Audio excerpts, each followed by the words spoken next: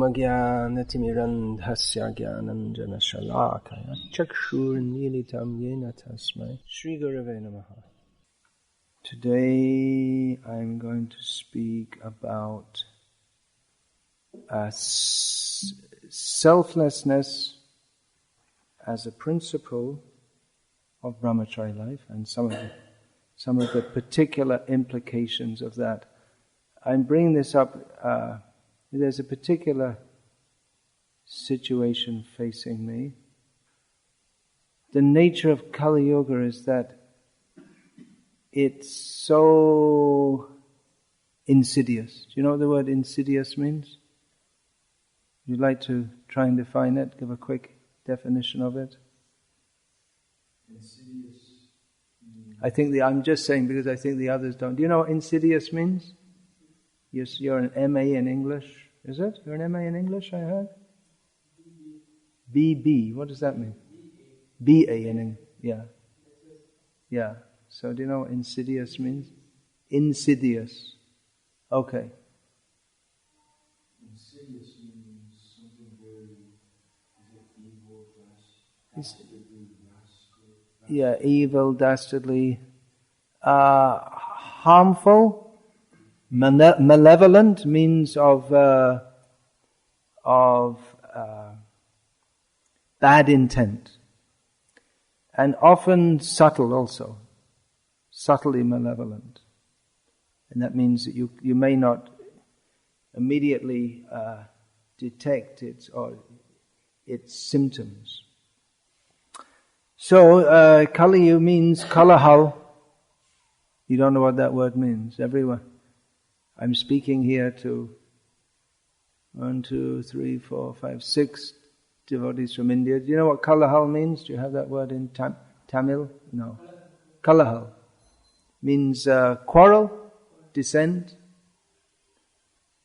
Kali means kalahal.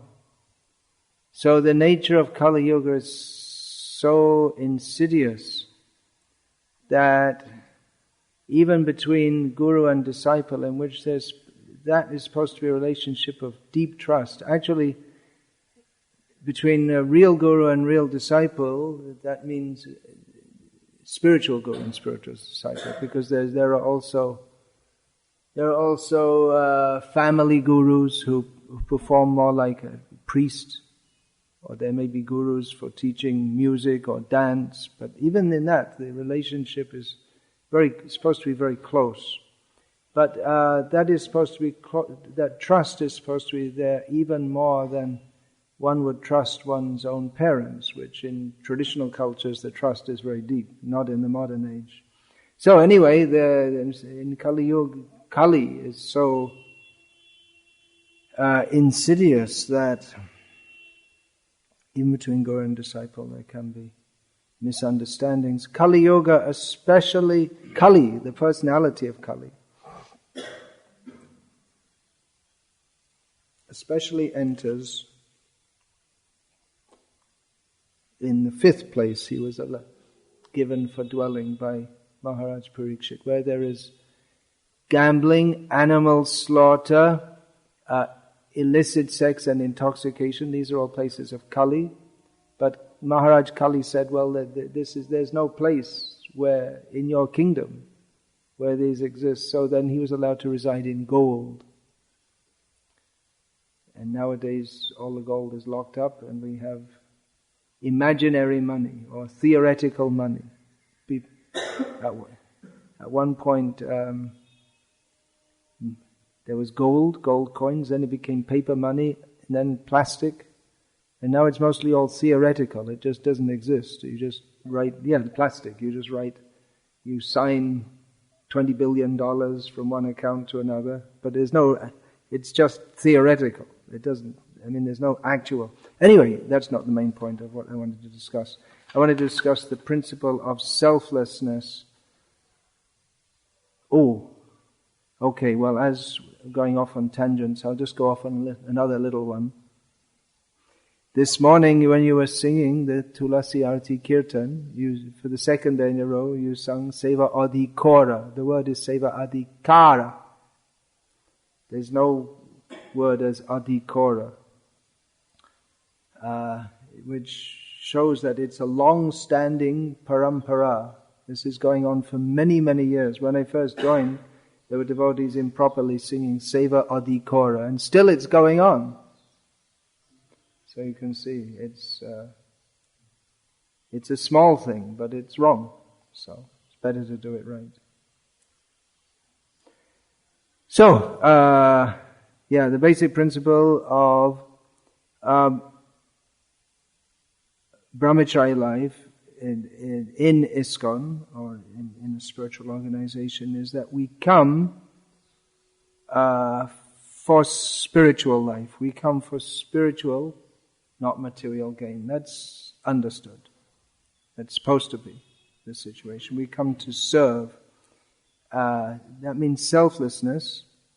There are many aspects of selflessness.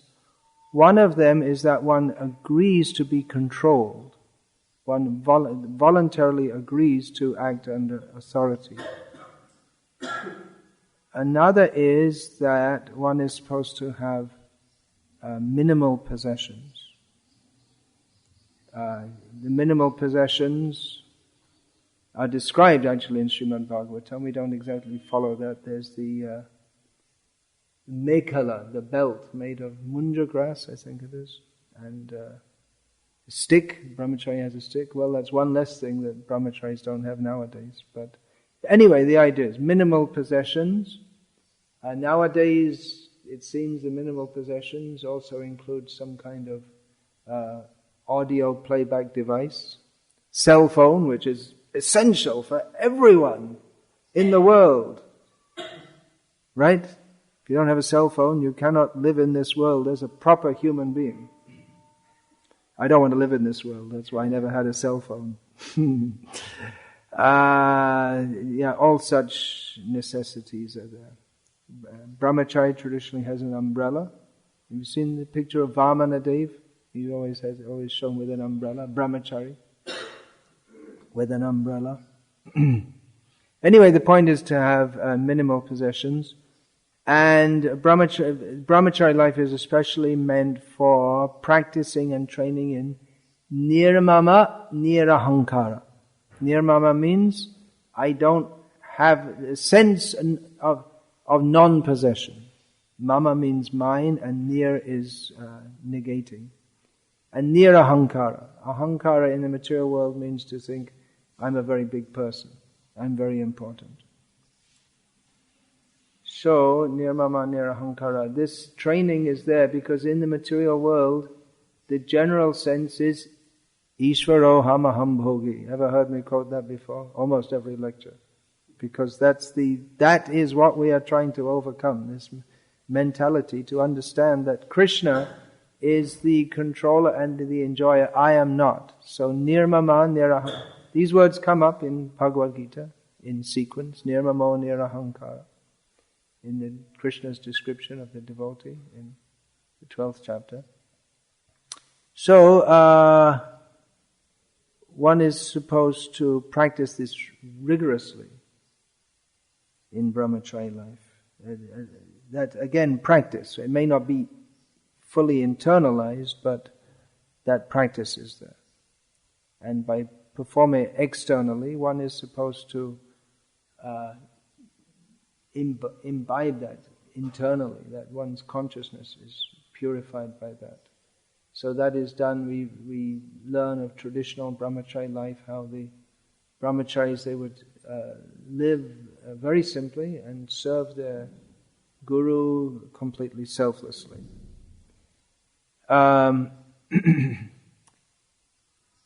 Most Brahmacharis in traditional Varnashram society, they marry, although it is not completely required. Those who join as Brahmacharis in ISKCON, generally the idea is that, well, they're going to give it a good go and not getting married, although most of them do end up, unfortunately. Well, I shouldn't say that. I'll upset the Grihastas if I say that, but that's my sannyasi perspective.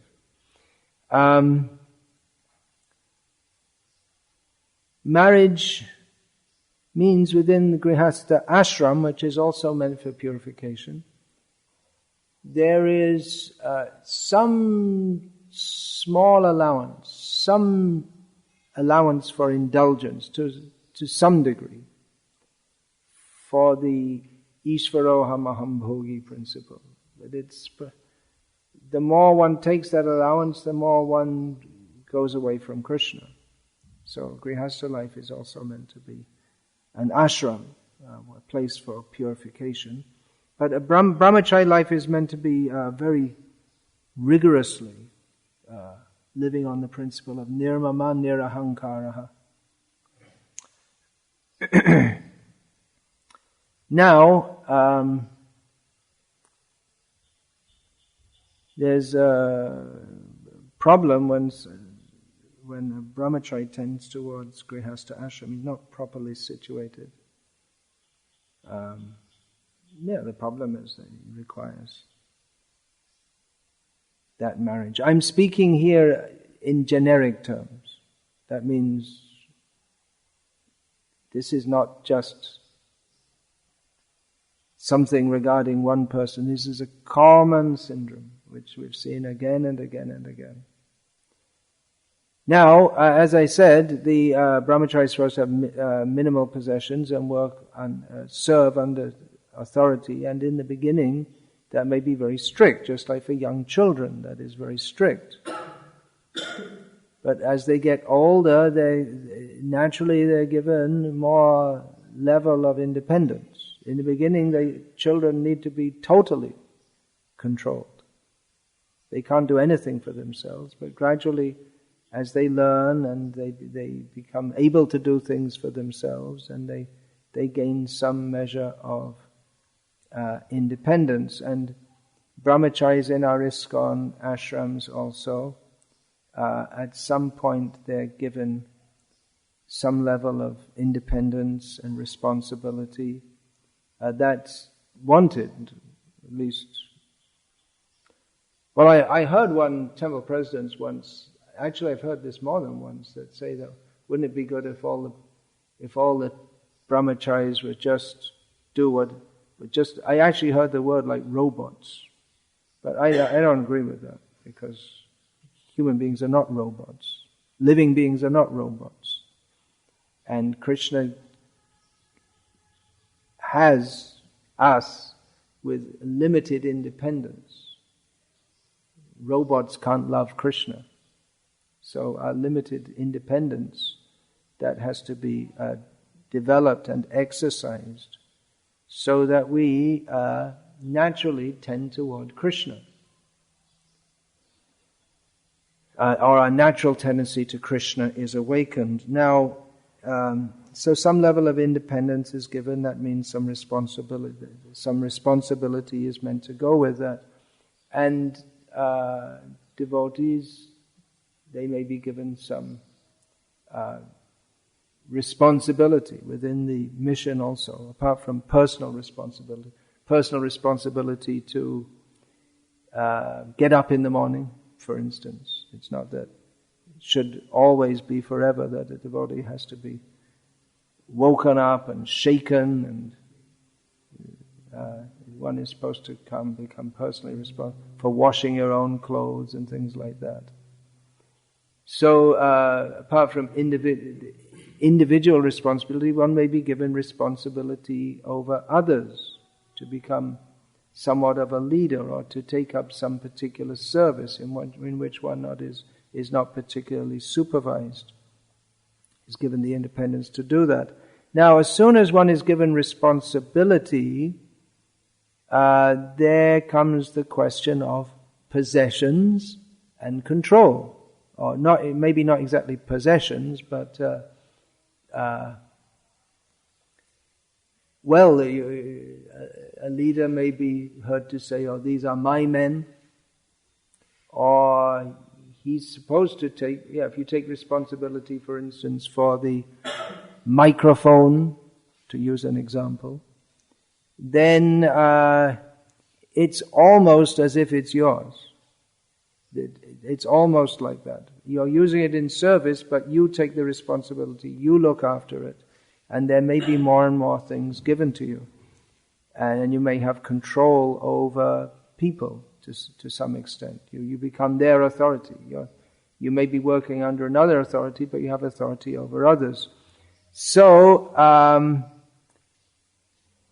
those who have developed this, who have well developed this spirit of nirmama nirahankara, when they get things to use in Krishna's service, they're entrusted with them, they flourish. They get things to use and they get control or authority over others, but because they have the spirit of nirmama nirahankara, nothing is mine. Everything is meant for Krishna. I am a servant. Then they flourish. But others who have not developed that,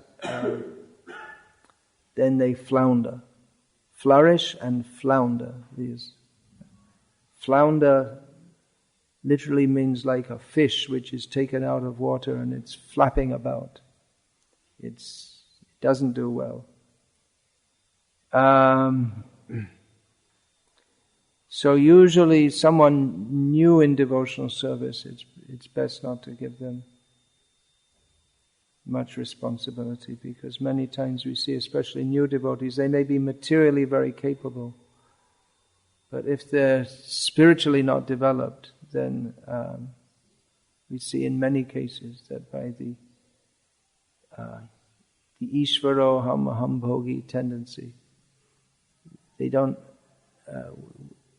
because that has not been diminished and the nirmama nirahankara principle has not become prominent, then they start to think of what is given to them for use in Krishna's service as their own, and they tend to think of devotees who are under their authority as,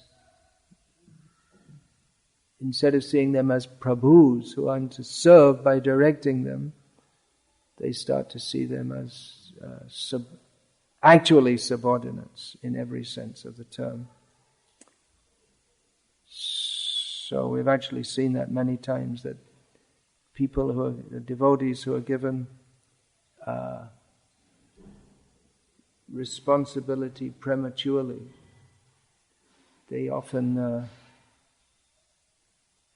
their service in some ways may go up, but their spiritual advancement goes down. And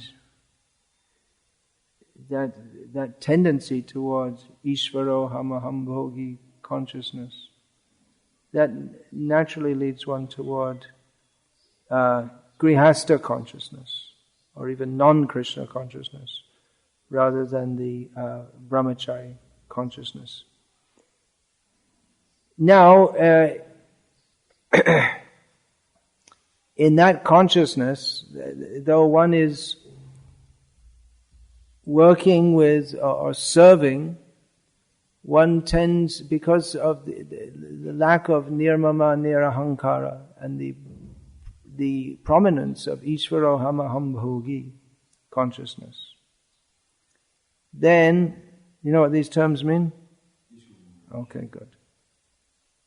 Then one starts to think that I am doing so much. These are my possessions.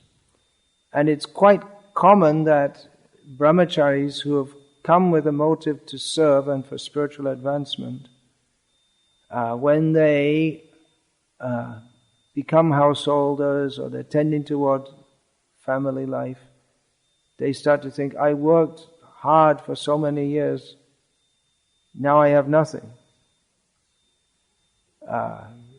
They may think, well, if I'd have been working in Kami life, I could have had so much money. And they might have had, but they wouldn't have had the opportunity to serve Krishna. That's what Brahmacari life is meant for serving Krishna. The Brahmacari principle is that we're here to serve, not to take out anything materially. If we think that I deserve this, I raise so many funds. We've heard this before, sometimes. Devotees say, I raise so much funds. I should be given this much. I should be given so much money. There's even one of my ex-disciples, I guess you could call him, who from the beginning actually he was very independent, and he's been demanding and threatening money from me for the last few years because he thinks that I cheated him by preaching Krishna consciousness, and he deserves so much money because I spoiled his life. It's actually become quite demoniac. Although, he just turned, I didn't force him to join. There's no such thing as forcing anyone to join. And actually gave him, because he was so independently minded, I gave him a lot of freedom. I actually told him so many times, spend time in the temple. But he liked to be very independent. And then later he complained. So, the Brahmacari principle is that if one is, that should be understood, that if you decide to leave and get married, then it's not that you can take out, I worked so hard and therefore this is mine, that is mine. No, it's all for Krishna. Now you may say, well, then better don't join. And there's quite a lot of preaching like that.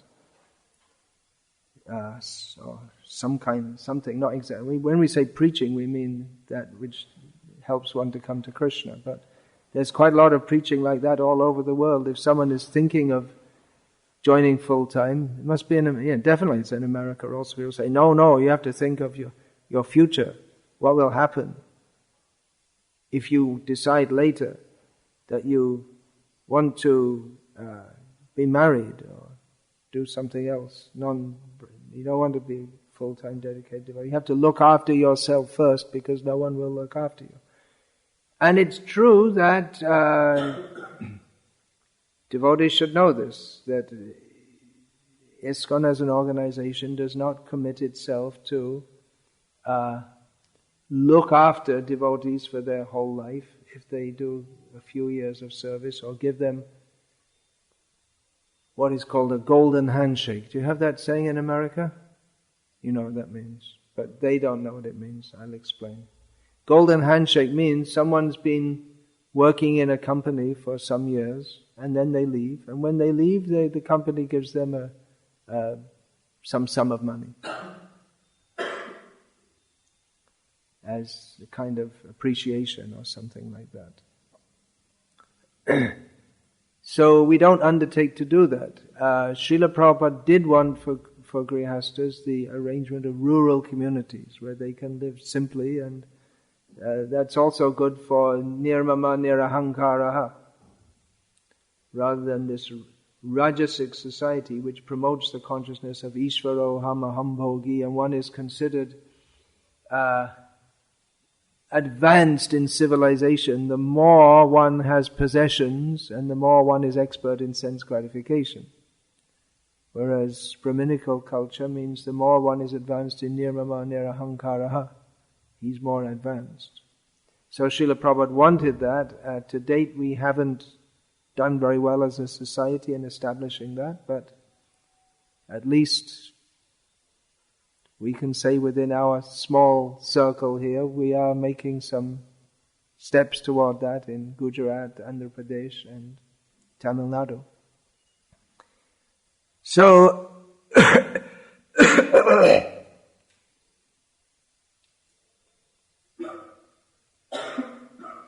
devotees should know that. Maybe we should tell devotees when they join, although it's basically an understood principle. Not only in ISKCON, but to join any religious order, just like if you become a Cistercian monk, for instance, or a Greek Orthodox monk, you being from, your body being from a Greek background. The Greek Orthodox Church still have some really far out monks, some really hardcore monks who live very austere and meditative lives and prayerful lives. They're quite amazing people, actually. So, if someone decides after 20 years as a Greek Orthodox monk, I don't think it happens much that they want to become a punk rocker or something instead. It's not that they're given an electric guitar or something by the Greek Orthodox Church to go and do it. They can leave. But it's understood when you join that it's understood that you're coming here for spiritual life and for dedicated life. Now, the objection is there quite commonly that, well, the sannyasis live opulently. Sannyasis in ISKCON live opulently. Maybe some of them do. Srila Prabhupada often lived opulently. He had opulent quarters in many places. He also lived for a month in Bhubaneswar in a mud hut in January 1977 when he had very opulent quarters in many places all over the world. So Srila Prabhupada did. He used that for preaching, just like I personally saw in London. He had very beautiful quarters and very opulent quarters, and big people would come to, prominent people in society would come to Srila Prabhupada. If Srila Prabhupada, if they'd invited him to some tenement, no one would have come. But inviting him to a big opulent country house, then people, big people of society will come, who Srila Prabhupada wanted to and did preach to, in London, in Melbourne, and in so many places, everywhere. New York, big people came to see Srila Prabhupada because in worldly terms they thought he was a big man, because he had buildings and a society and opulent quarters, and so they judge by by external symptoms. Although Srila Prabhupada, of course, was fully in the mood of nirmama nirahankaraha. That's sometimes questioned about our sannyasis, but whether they are living, whether they actually have that mood or whether they're enjoying. But one important thing is that they don't have wives. So anyone who can live without a wife and preach Krishna consciousness, and be a sannyasi, which means that you don't have any private life. Sannyasi, he can't just decide to go out to a movie or to a disco or something like that. He's constantly under surveillance, you could say. The camera is always on him. Sannyasira alpa chidra sarva loke gai. Chaitanya Mahaprabhu said that even a small fault of a sannyasi is widely broadcasted.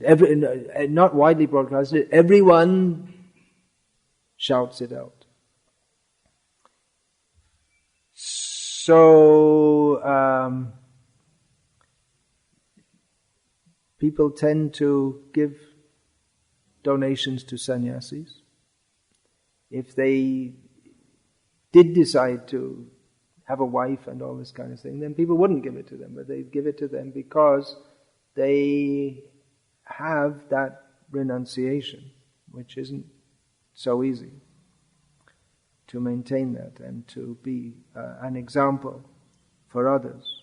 Now, some people may say, well, they're not setting a good example. Well, if they're not, then Krishna will look after them. Everyone gets what they deserve.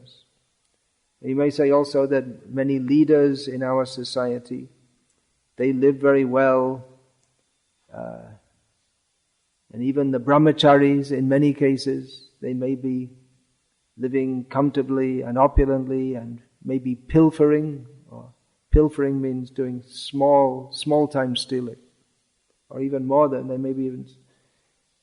And well, I've even brought, in some cases, the leaders, if you bring that, I brought that to the attention of certain leaders in our society, that I know that certain brahmacharis are doing things which are not according to the Brahmacari principles. And the response, acquiring a private house which someone donated to them, and for instance, there was a case of someone brahmachari went to order some clothes for the deities, and he took a cut for himself, and he was found out. And I brought this to attention of the leaders, but their general outlook is, well, what does it matter? We don't care. As long as they're bringing in some money, we don't care if they take something. I don't agree with that. It doesn't alter the Brahmacari principle that if someone is desirous of advancement in spiritual life, then they can't say, this is mine. It's all mine. If one's living in the temple, then he has to give everything. That is the standard. Srila Prabhupada, for householders who are living in the temple community, Prabhupada said they could be there, but only if they live a very renounced life as householders also, which, again, we don't see that always, but the principle still remains. So, even if one says, well, I want to take this money for some service or for some preaching, I want to leave the Brahmacari ashram, still it's against the principle. You have to raise funds. If you want to do some independent preaching or whatever, you have to raise funds independently.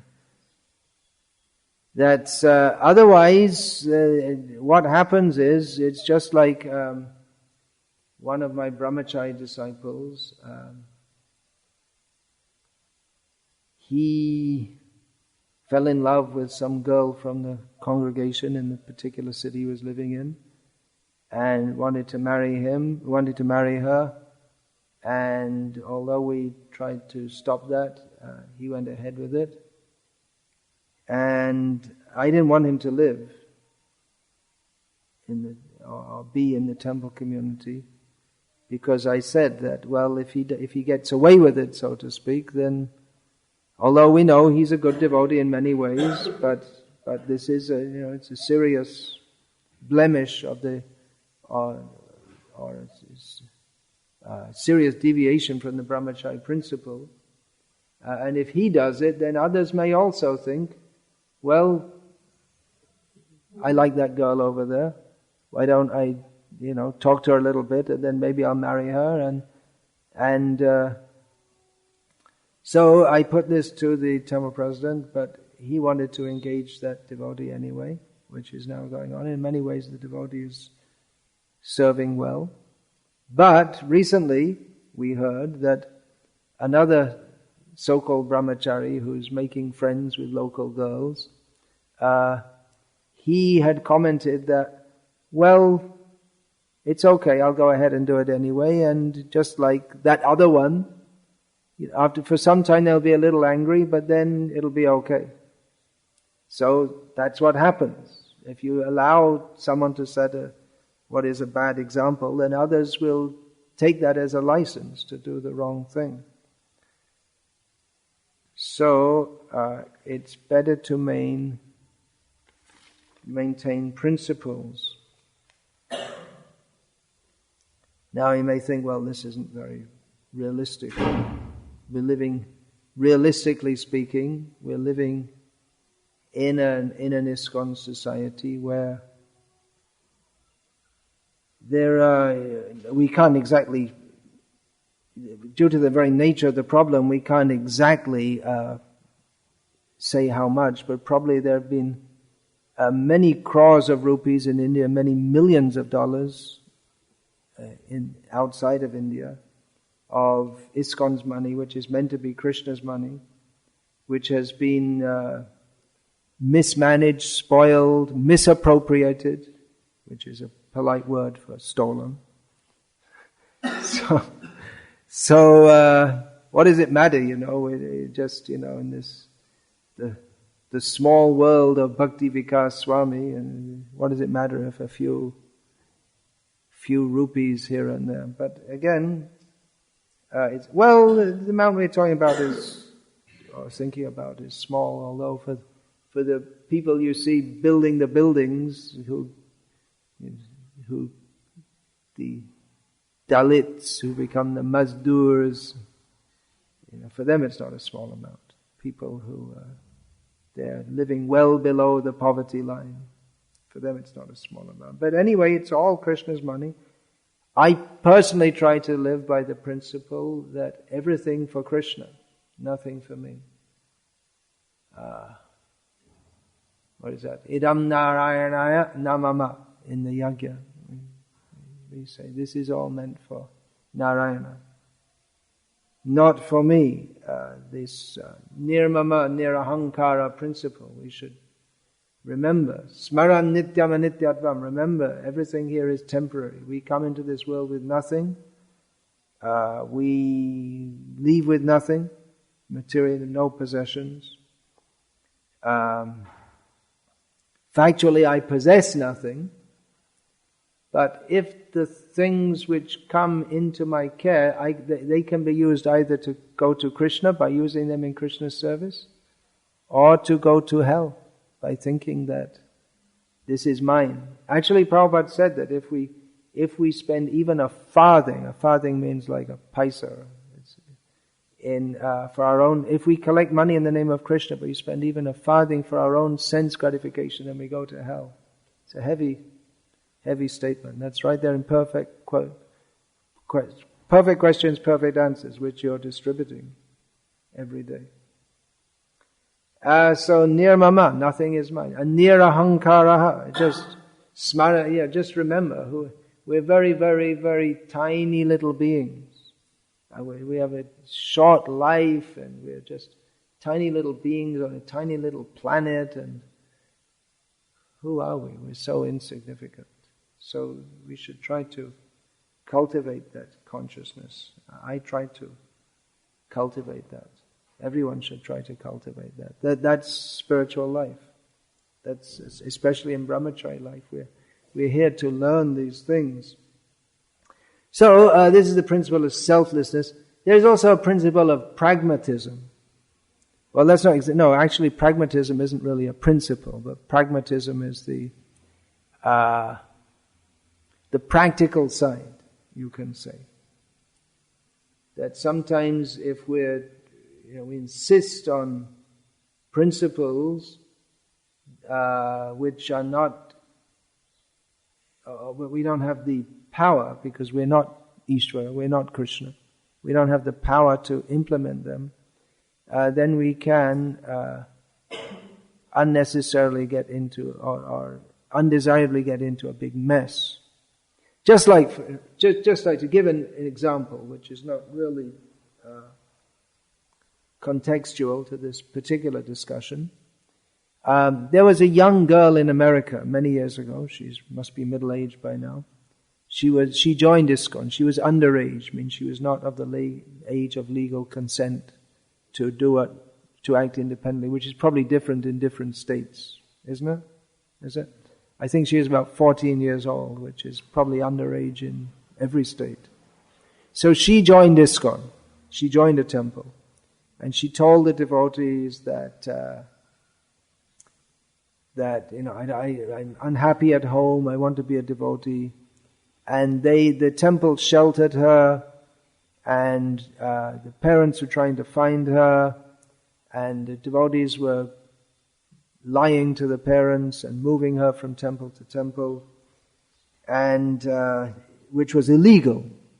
But the devotees thought, well, she wants to be a devotee. We want to save this we want to save this soul from her parents and from the Kami society. It was an illegal activity, although it was well intentioned. I guess that could have been that could have been quoted in that recent lecture I gave on the road to hell is paved with good intentions. As a result of that illegal activity, some years later, ISKCON had to face a massive legal case in which they lost millions of dollars. They had to pay millions of dollars. And actually when Prabhupada found out about it, Srila Prabhupada, having much more practical vision, although he came to the world to save all persons who want to come to Krishna consciousness, he told her, just send her home. Don't do this. Similarly, in the case of our godbrother Nrsimhananda, he was of legal age, but his mother was harassing the devotees like anything, and she wanted him to go home. And in the end, Prabhupada said to him, okay, you go home for some time and then you come back. So in the meantime, she cooled down a bit, and he came back, and he's going on with his devotional service even now, maybe more than 30 years later. So there's the principle, and there's pragmatism. Another example is that the BBT, I got into a big court case with what happened was they didn't want one devotee who was he'd actually not been connected with ISKCON. I think he was even expelled from ISKCON. But he wasn't connected with the legal body, whatever that is. I mean, it's very. I don't even know if the ISKCON devotees themselves know exactly what the worldwide the legal status of ISKCON is. I mean, if some. I mean, I don't understand this exactly. And BBT, exactly what its status is, because it was worldwide, because it was registered in both California and in Bombay. Anyway, one devotee wanted to print the Macmillan, the old edition of Bhagavad Gita. And the Bombay, or not the Bombay, the BBT, they wanted to stop this because they thought, we don't want this to be printed. It has things in it like, with the title A.C. Bhaktivedanta Swami Prabhupada, it has some ridiculous things in it which Prabhupada definitely didn't write and which definitely aren't true. The most egregious, to use this currently fashionable word, of which is that there is a planet of the trees, when it's supposed to be Pitris, the forefathers. Anyway, it happened that the legal case was going against the official BBT, and eventually they settled it out of court, and it went against what the official BBT wanted to do, and that printing of what was called the Macmillan is not the Macmillan edition anymore. They don't have the rights over it anymore. But that I think 1972 edition is going on anyway, and the BBT had to pay who knows how much, lots of money in legal fees and this and that. So, although I agree with the principle that the old edition should be superseded by the new edition, pragmatically the course taken to try to enforce that in hindsight, it's always easy to say in hindsight, wasn't such a good idea. Pragmatically speaking also, we don't want to crush people who have come to Krishna consciousness with a desire to serve, but who later along the way find various difficulties in doing so, misunderstandings in doing so. That spirit to serve Krishna is very precious, and that should be fostered and not crushed. So we might, for the sake of that, we might even or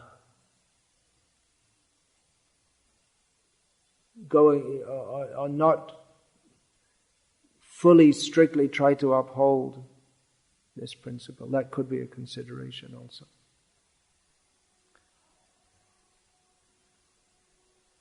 So, I mean, Srila Prabhupada with devotees who, they clearly, more or less just stole money from the ISKCON institution. There are cases where they stole money or misappropriate. Misappropriate doesn't always mean to steal, actually. Sometimes it's used as a euphemism for stealing, but it can mean something somewhat different also. So, Srila Prabhupada, especially for devotees that have done good service, even if they did something wrong or they went against the principles, he would often overlook that and try to encourage that precious spark of wanting to serve Krishna. So there are some thoughts. I left it inconclusive. Why? Well, life is like that. Like I say, there are principles which we should understand. We should all try to live according to the principles. We should try to make everyone understand the principles. At the same time, we have to understand that iha sangsare bahu dustare, this world is a very difficult place. And for the sake of serving Krishna in the best way, there may be some not adjustment to the principle, but to the application of it. There may be some adjustment to the application of the principle also. And maybe not even everyone would agree with this principle. Like I say, it's clear in my mind, but someone may say, yeah, why? What's wrong if someone takes this or that? So, but that is not a very principled kind of existence. And our preaching work can't really go forward unless the core devotees, especially those who are the leaders and the temple residents, they are selfless. Otherwise, if people see that those who are supposed to be representing the Krishna conscious movement, they're making a business out of religion, then they won't be. They themselves cannot become selfless, and then the whole thing becomes just another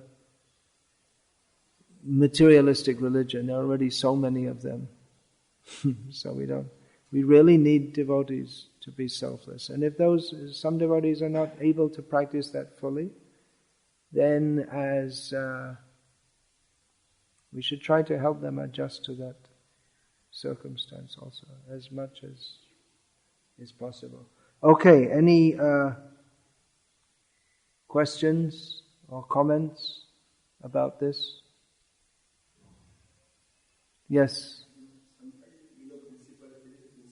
Sometimes we know this is the principle. Know what to do, what is practical. Well, that's the difficult question. That's why I left it. At the end, I said I didn't bring this to a conclusion because this world is very difficult, and knowing exactly how to act, what's the best thing to do, it's not always very easy, and it may be different in different cases because all circumstances are different. It's easy to say so and so made a mistake, because people do make mistakes in various ways. And in Kali Yuga especially. We see even in other yugas that there were misunderstandings and bad dealings between others.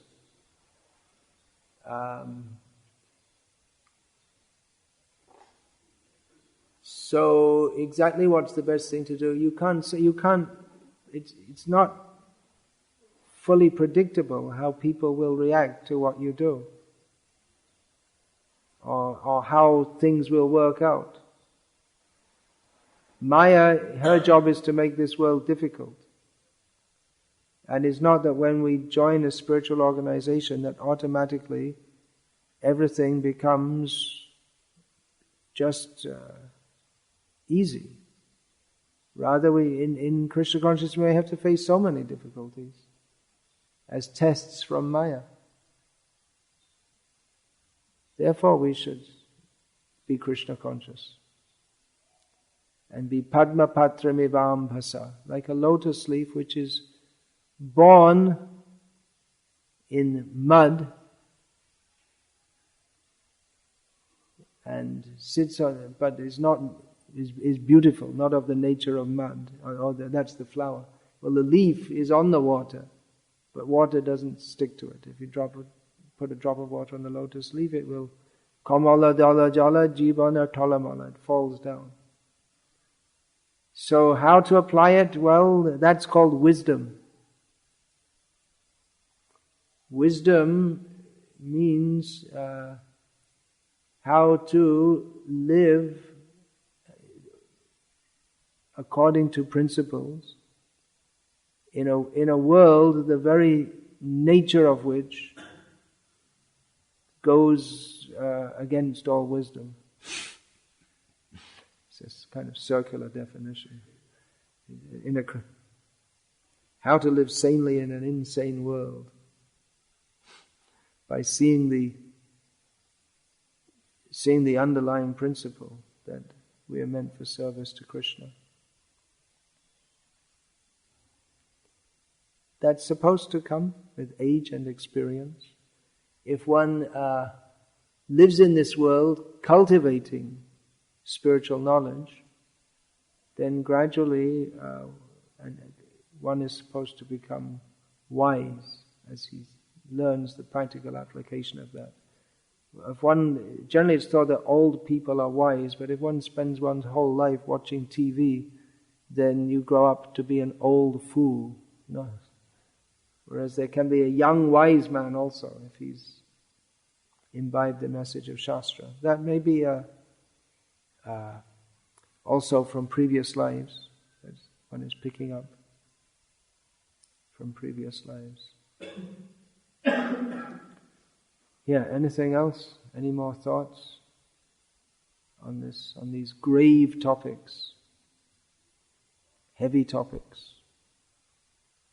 Yeah. How do we prevent this mentality from entering within ourselves or others? How do we prevent this mentality entering ourselves and others? I'm just repeating for the sake of the recording. Yeah. That I think I deserve something. I should get some kind of reimbursement. I should get some material reimbursement. Yeah. Well, let me answer that by giving the answer of Srila Prabhupada to another question. When George Harrison asked Srila Prabhupada, I can't remember exactly the question, but it was that how can you prevent ISKCON from becoming like another mundane religion or the leaders becoming corrupt?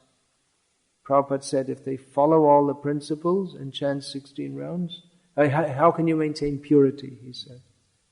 After you've gone, Prabhupada said if they follow the principles and chant 16 rounds. And George was surprised by what seemed the simplisticness as opposed to simplicity. Simplicity, obviously it was simple, but it seemed almost simplistic. Just by such a simple formula, you can keep pure, and Prabhupada said, yeah, that will keep them pure.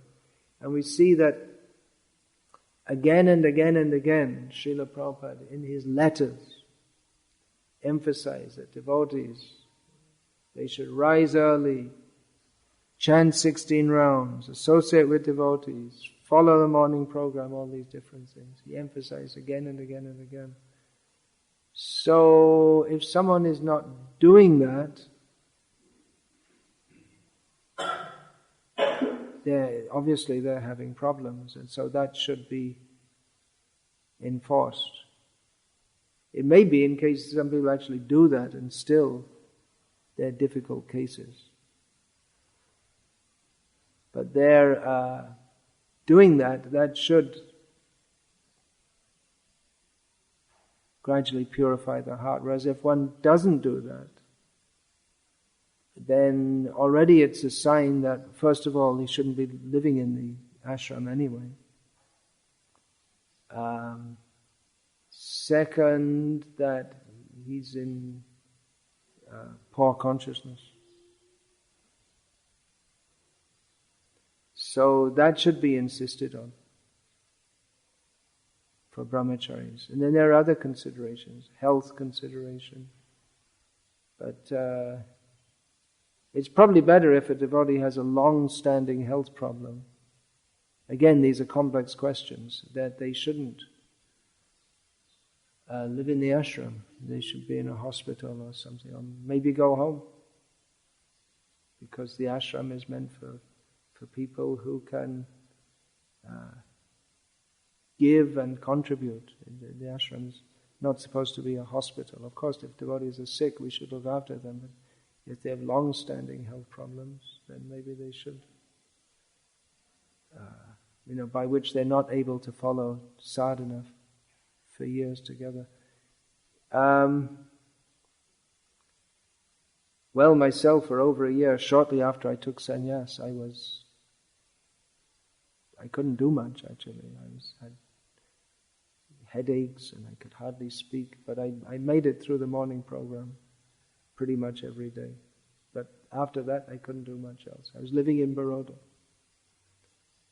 In those days, there were hardly anyone coming, so they were kind enough to look after me. And I saw one devotee who was in Belgrade. He'd had an accident and he could just lie on the bed all day. So he was still living in the ashram, and people would come to him and he'd preach all day, actually, even though he couldn't move anywhere or do anything. So we have to see. Again, we don't want to be inhumanly harsh and say if someone's just sick, just throw them out. On the other hand, we can't turn the ashram into, especially if it's just a few devotees, into some kind of medical hospital. In the case of devotees who have served for many, many years and they get old and sick, well, naturally they should be looked after. And they are, I've seen, at least here in ISKCON India, I've seen devotees who get old. They're looked after, even if they're not sannyasi. We saw in Bombay that Jagadananda Pandit and Kaveri, some others. Actually, when they joined, they're already quite old. But as they got older, they were looked after. They weren't thrown out due to incapacity. So again, we can't say exactly.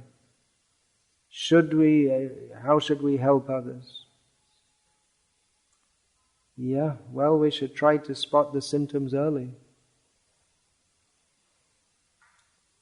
I guess. In some cases, it can be difficult to help others also. People have to be ready to be helped. So, anything else?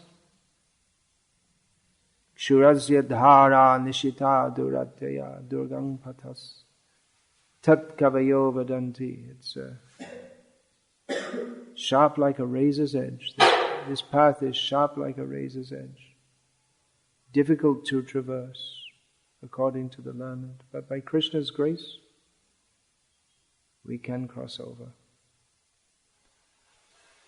So I may think, well, it's so tough, why advise anyone to join? Because, well, the beginning of that verse, which is, or saying, that Shurasya Dhara, it begins with Utishta, Jagrata, Prapya Varan Nibodhata, which means get up, wake up, attain the opportunity of human life.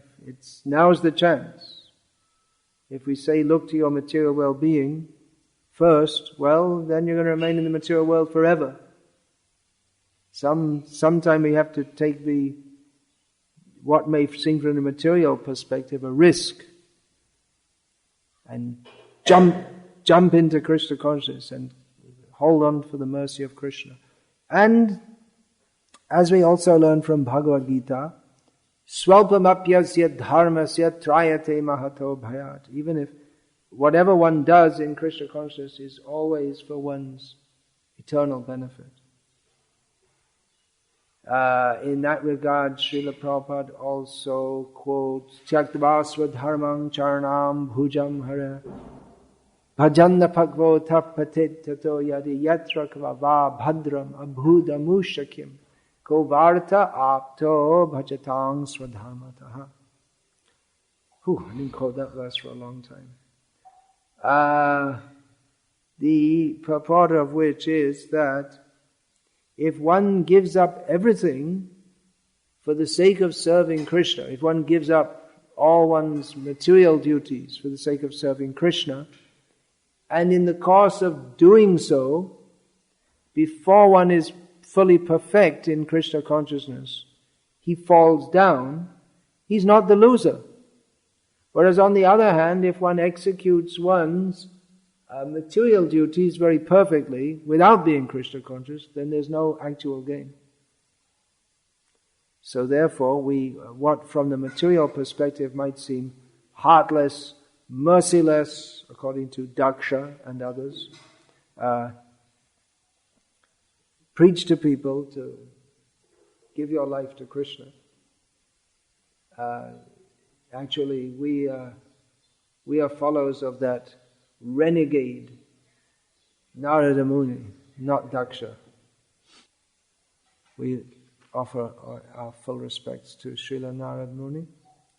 Saying renegade, that should be understood. That said it's praise by negation, by apparent